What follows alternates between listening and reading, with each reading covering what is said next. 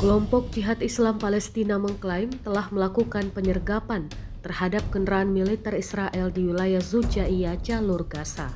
Serangan tersebut dilaporkan menggunakan alat peledak rakitan atau IED yang ditanam di jalur pergerakan kendaraan Israel.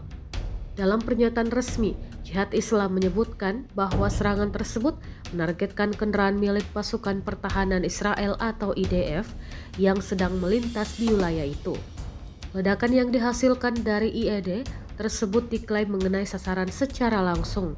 Rekaman video dari penyergapan ini telah diunggah melalui kanal resmi Jihad Islam di Telegram Senin 26 Mei 2025. Video tersebut memperlihatkan momen ledakan dan kehancuran kendaraan militer yang diduga milik IDF.